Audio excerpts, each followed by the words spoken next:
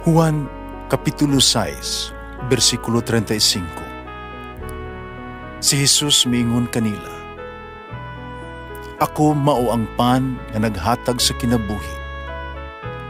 Ang muari kanako dili nagayod gutomon, ug ang mutuo kanako dili nagayod uhawon."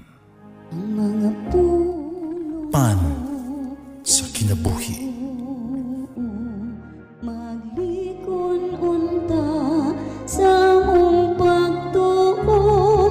Gagakakabi sa pagtuman sa imong mahal nga kasuguan. Ginoo na kaninyo. Santo sa Ebanghelyo sumala ni San Lucas. Mibiya si Jesus sa sinagoga, meto siya sa balay ni Simon. Nitong higayuna, gihilantan ang ugangang babae ni Simon. Usa ilang gisultihan si Jesus bahin sa iyang kahimtang. Miduol si Jesus mibarog sa iyang kiliran. Nga iyang gipapahawa ang hilanat ug naayo siya.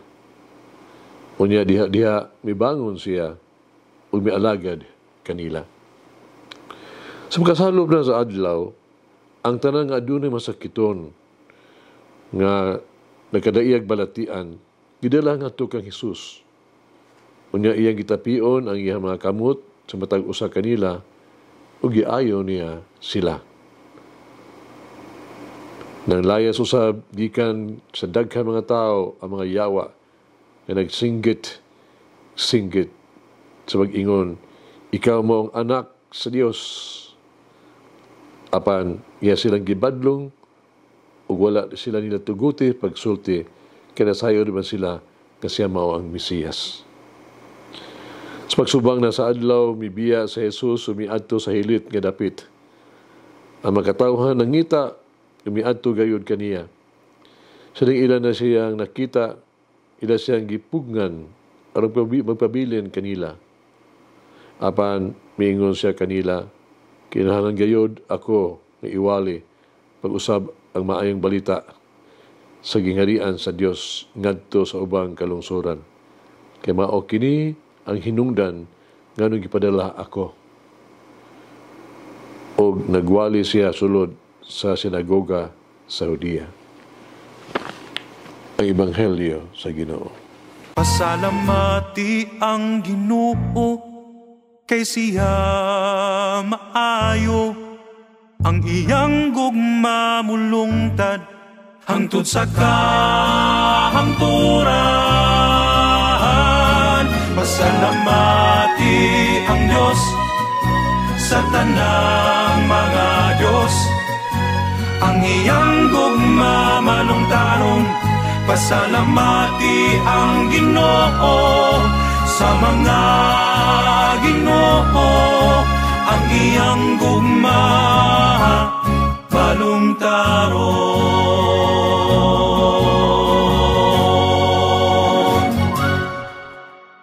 Doon na kita duha ka kasiguro ang gikan sa Ebanghelyo karong adlaw.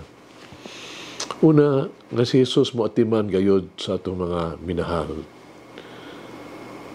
Sa tuang pagsakripisyo sa atong mga minahal sa kinabuhi, alang kaniya, ug sa tuang pagtugyan sa atong kahupayan, aron kita makaalagad kang Jesus kanunay. Paghalad sa tuang kaugalingon, sa atong tibuok nga kinabuhi, alang siyang misyon. Si Jesus sigurado kay mabuhat ug maayo, mapuslanon ug magantihon kanato. Si Jesus nag-atiman sa tuang kabalaka, sa tuang pamilya. Kini matud-an sa dihang giayo ni Jesus ang ugangang babae ni Simon Pedro. What should be our attitude sa tuang tuwag-tuga pagtan-aw diha ni Jesus? Dili tuang makita kahuman sa ugangang babae ni Simon Pedro na ayo sa hilanat, no? Siya mibangon dayon ug mialagad kanila. Kini nagpasabot nga siyang ugangang babae ni San Pedro mialagad kanila. Siya nag-atiman sa mga panginahanglan ni Jesus ug sa iya mga disipulo. Ang gigamit ang iyang bag-ong nakahimsog alang sa usa ka na bag-o nga pag-alagad kang Jesus.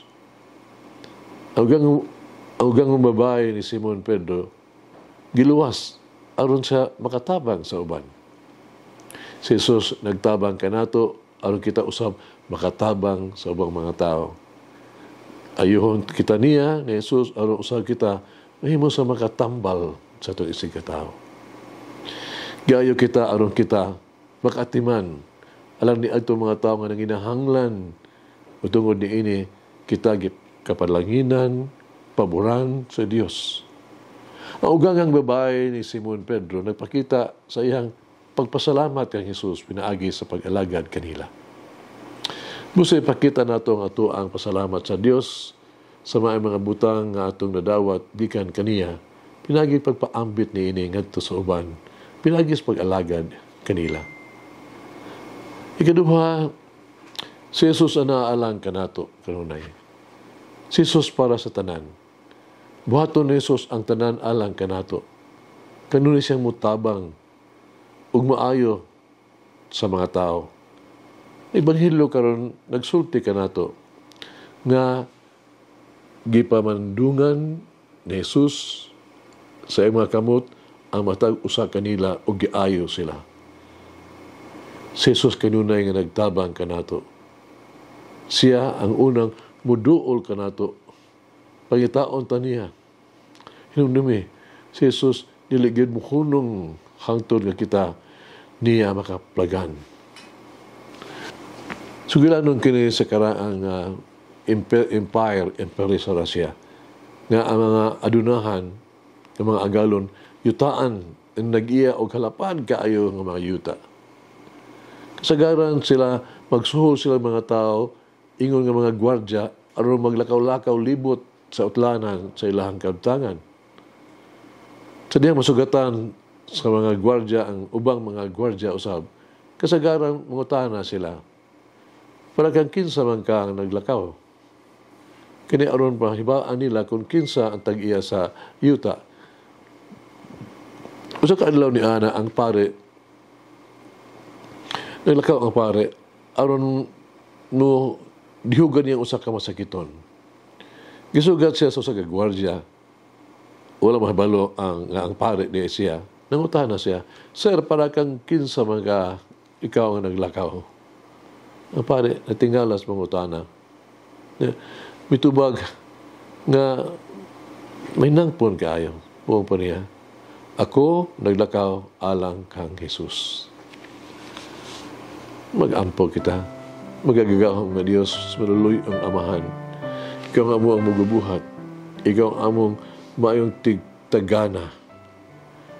Kami imong katawhan, kami imong mga anak. Tabangi kami sa mong mga panginahanglan. Ayuha kami sa mong sakit.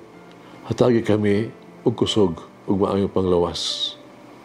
Giyahe kami kanunay sa kaluwasan ug kalampusan. Ihatag ka na mo ang imong grasya upang langini kami kanunay. Amen. O Mary, for me as a co-worker of God. Malangin ang Diyos magagahom sa tanan, Amahan, Anak, Espiritu Santo. Amen.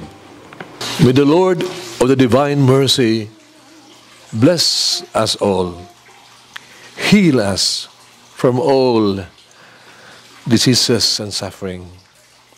Ayun unta niya kita, tanang mga sakit na sa lawas o sa kalag, body and soul. In the name of the Father, the Son, and of the Holy Spirit. Jesus, I trust in you. Amen.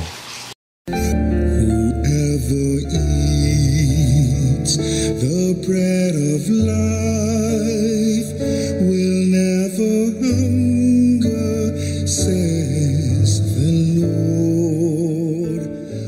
Kay galaan inyong nabati ang pagpaambit ug hamubong pamalandong sa pulong sa Dios pinaagi sa tulumanon pan sa kinabuhi nga gidumala ni Monsignor Daddy Silva Hangtod na usab sa sunod higayon, daghang salamat.